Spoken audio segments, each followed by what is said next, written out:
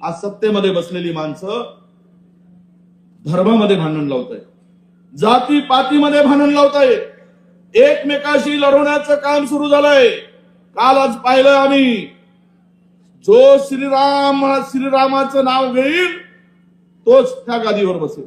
अरे आम्ही कृष्णाचं नाव घेऊ तरी गादीवर बसू, आम्ही महादेवाचं नाव घेऊ तरी गादीवर बसू, आम्ही बाबासाहेबांचं नाव घेऊ तरी आम्ही गादीवर बसू, आम्ही छत्रपतींचं नाव घेऊ तरी गादीवर बसू. तू कोण रे? हा एक टिल्लू तयार झालाय महाराष्ट्रामध्ये. टिल्लू तो म्हणतोय की जय श्रीराम म्हणणाराच गादीवर बसेल महापौराच्या.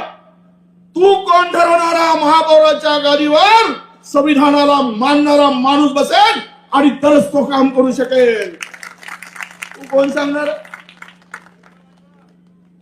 आणि धार्मिक ध्रुवीकरण करून, धर्मामध्ये झगडे लावून, भांडण लावून,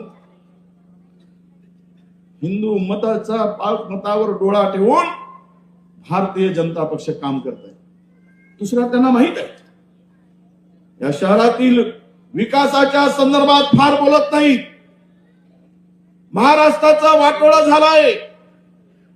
10 लाख कोटीच्या जमिनी अदानीच्या घशात घातल्या गेल्यात. महाराष्ट्रातील बेरोजगार आत्महत्या करतोय. महाराष्ट्रातील शेतकरी किडनी विकतोय कर्जासाठी किरणी. त्याची लाज वाटत नाही यांना. ठेकेदार आत्महत्या करतोय, त्याची लाज वाटत नाही या नालायकांना. पण लाज वाटत नाही. महागाई वाढून गरीबाचं जगणं कठीण झालंय, त्याची लाज वाटत नाही. पण मत मागायला येताना मात्र उझळ मात्राने येतात.